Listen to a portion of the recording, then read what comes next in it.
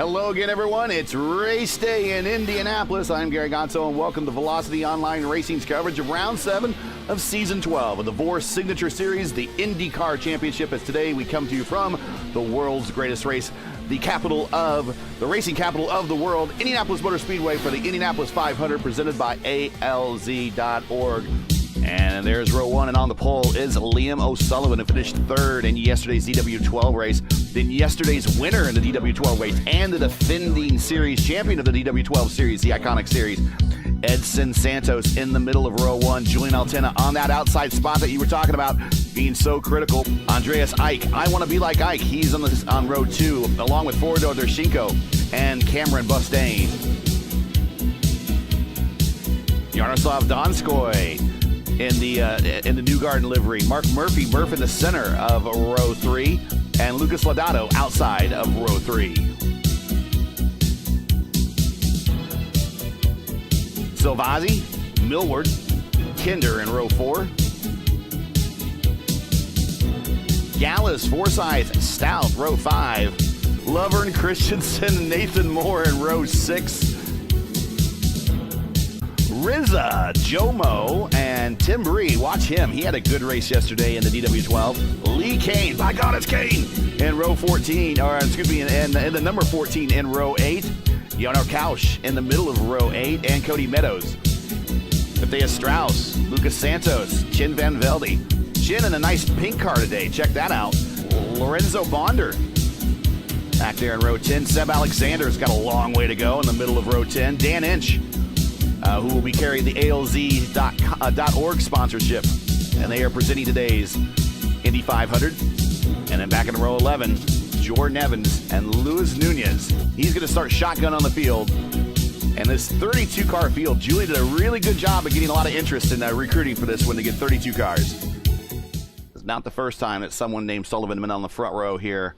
Here we go. Green flag in the air. 500 miles. Guys, buckle in. Long afternoon as right away Liam shoots to the front. Julian around Santos. Santos falling into third.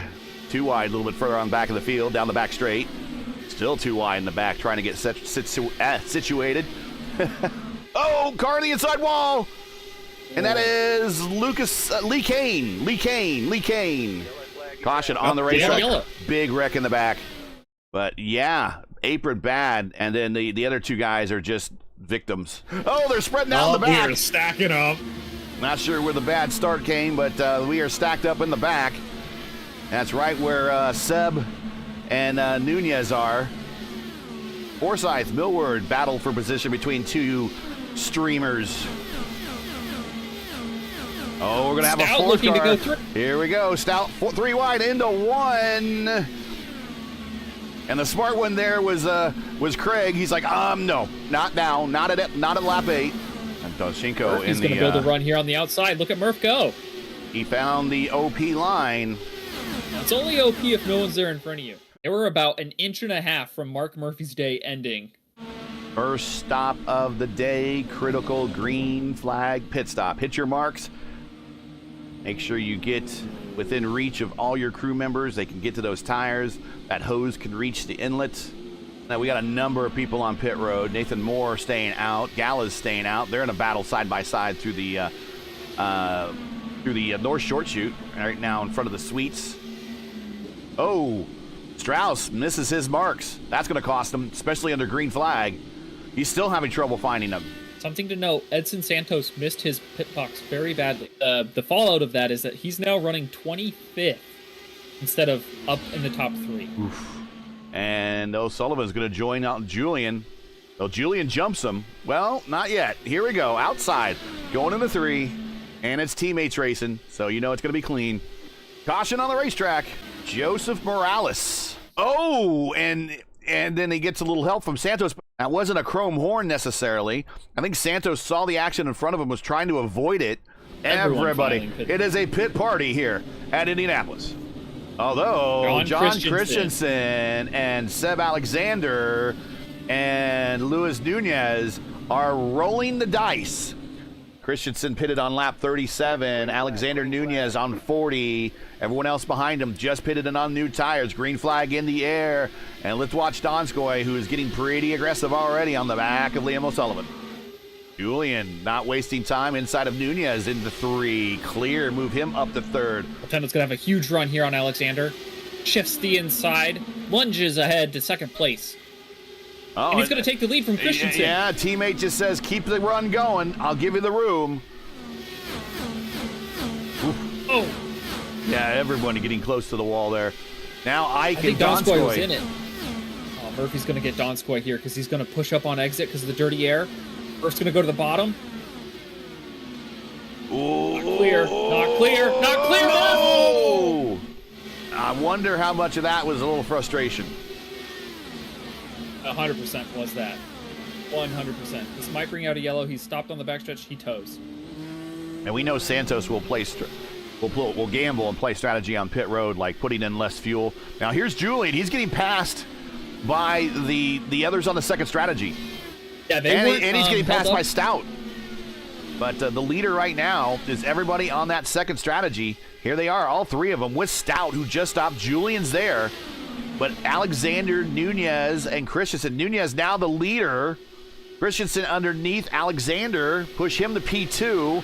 Alexander back to P3. Coming to the green flag. Oh, Bree in the wall. That was a good lick. Lovern's gonna damaged. Lovern's gonna get a look on the outside here. Better be careful. The car doesn't unload itself in the corners. And Lovern is clear. Murph did a really good job on pit road. Made up a ton of time.